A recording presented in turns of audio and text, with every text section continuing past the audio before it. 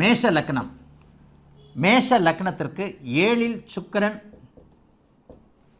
ஆட்சி அடைவார். 7ஆம் இடத்துல சுக்கிரன் ஆட்சி. ரிஷப லக்னம், லக்னத்திலேயே சுக்கிரன் ஆட்சி. மிதுன லக்னம், 10ல் சுக்கிரன் உச்சம். எல்லா கேந்திரங்கள்லையும் எல்லா லக்னத்திற்கும் ஆட்சி உச்சத்தை அடையக்கூடிய ஒரே கிரகம் சுக்கிரன் தான். கடக லக்னம், 4ல் சுக்கிரன் ஆட்சி. சிம்ம லக்னம், 10ல் சுக்கிரன் ஆட்சி. கன்னி லக்னம், 7ல் சுக்கிரன் உச்சம். துலாம் லக்னம், லக்னத்தில் சுக்கிரன்.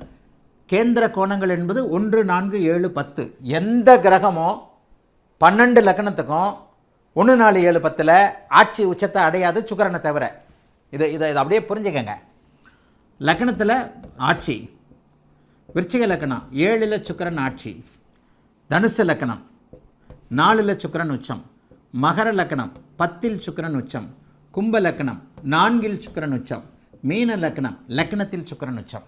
ஆக சுக்கிரன் ஒருவரே 12 லக்னங்களுக்கும் கேந்திரங்களில் ஆட்சி உச்சத்தை அடையக்கூடிய ஒரு கிரகம்.